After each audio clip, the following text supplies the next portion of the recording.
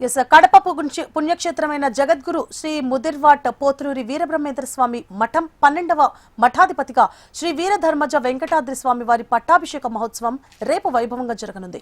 ఈ విషయాన్ని బ్రహ్మంగారి మఠం మేనేజర్ ఈశ్వరాచారి తెలిపారు. 4 ఏళ్లుగా పీఠాధిపతి కోసం కోర్టులో జరుగుతున్న సమస్యకు ఇవాళ తెరపడింది. మఠం సాంప్రదాయం ప్రకారం 8వ వారసుడైన శ్రీ వీరభద్ర వెంకటాద్రి స్వామి వారిని పీఠాధిపతిగా అభిషేకిస్తూ నిర్వహించే ఉత్సవాలు ప్రారంభమయ్యాయి. వేద పండితుల మంత్రోచ్చారణ మధ్య వివిధ హోమాలు పూజాది కార్యక్రమాలు నిర్వహించనున్నారు. ముఖ్య ఘట్టం ఎల్లుండి మధ్యాహ్నం 12 గంటలకు శాస్త్రోక్తంగా జరగనుంది. ఈ చారిత్రాత్మక ఘట్టాన్ని వీక్షించేందుకు రాష్ట్రం నలుమూలల నుంచి వేలాదిగా భక్తులు స్వామివారి శిష్యులు తరలివస్తారని నిర్వాహకులు తెలిపారు.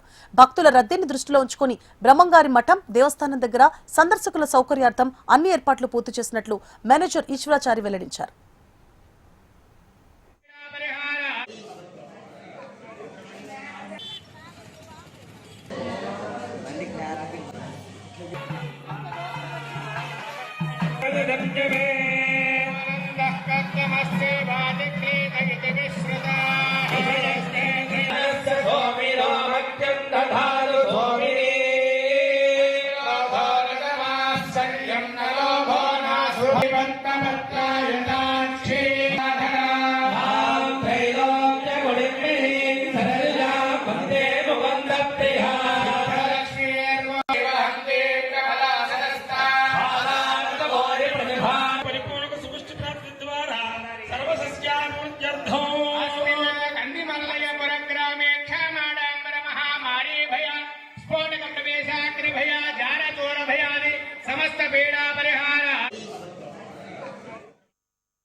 ఏపీ ధార్మిక పరిషత్తు కమిషనరు వారు నిర్ణయించి జనవరి 13వ తేదీన మఠాధిపతులుగా శ్రీ వెంకటాద్రి స్వాముల వారికి నిర్ణయించడం జరిగినది.